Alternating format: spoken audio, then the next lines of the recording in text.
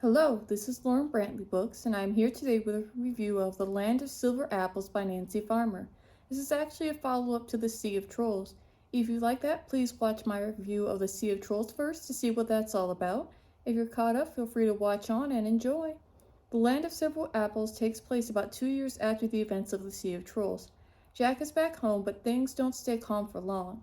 After Lucy messes up a special ceremony of protection for the village, it sets off a chain of events that sees Jack swept up into another adventure. We see the return of Thorgil as well as an introduction to a few new characters, such as a former slave girl named Pega and Brutus, a slave who has a secret of its own.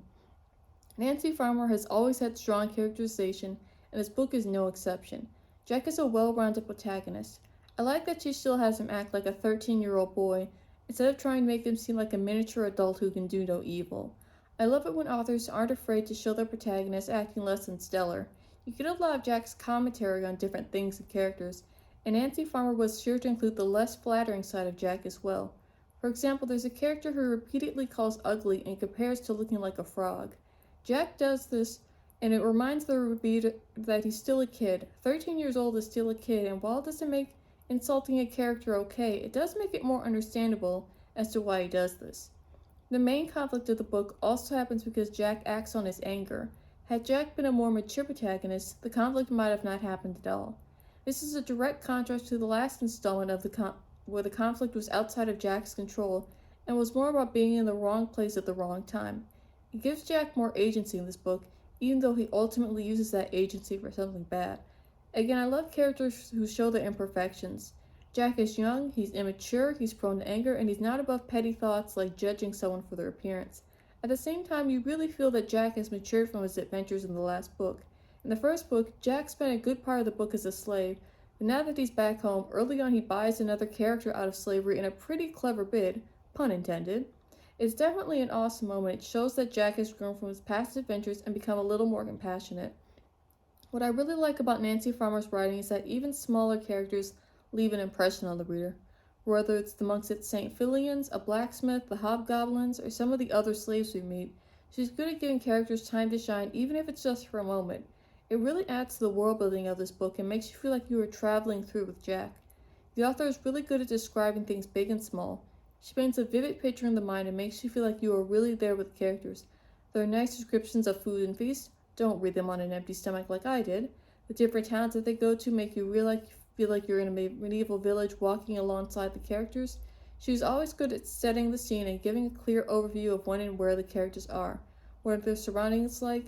It's especially a treat once we get to the titular land of silver apples and we get to see some breathtaking descriptions of what the world is like, or at least what it seems like at first.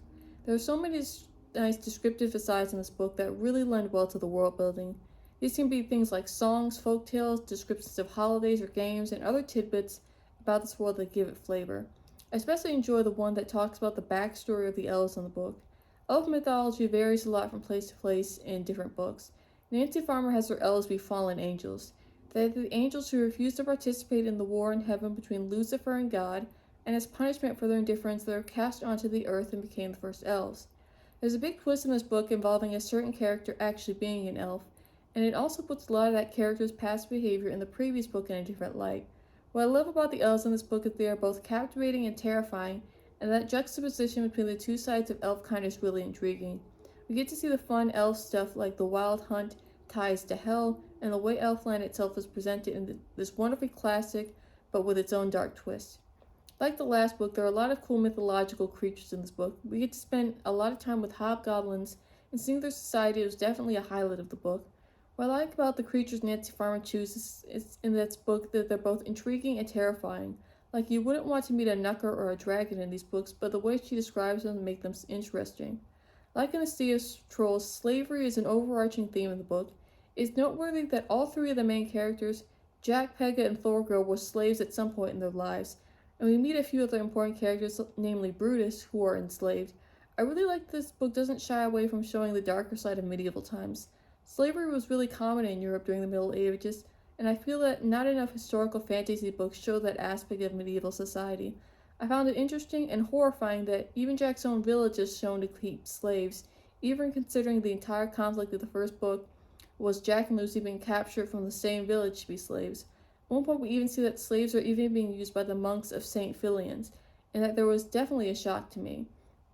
I don't think I've ever read a book where monks kept slaves. I like that Nancy Farmer shows that medieval slavery was really embedded in all parts of the society. Overall, I highly recommend The Land of Silver Apples. It is more than a worthy follow up to The Sea of Trolls. This book is full of medieval adventure, well rounded characters, and loads of mythological critters.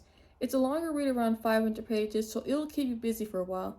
I cannot wait to read the sequel to this book, which I believe is called The Islands of the Blessed.